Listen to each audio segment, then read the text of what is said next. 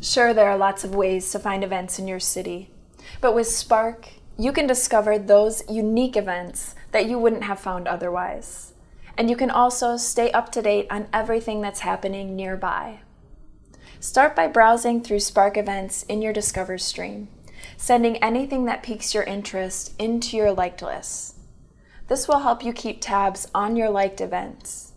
Plus, we'll even send you notifications to help keep you informed about any changes.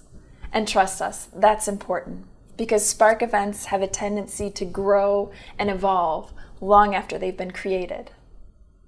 At the same time, you can feel free to sort out those events that aren't really your thing. Simply swipe them to the left and clear some space in your stream.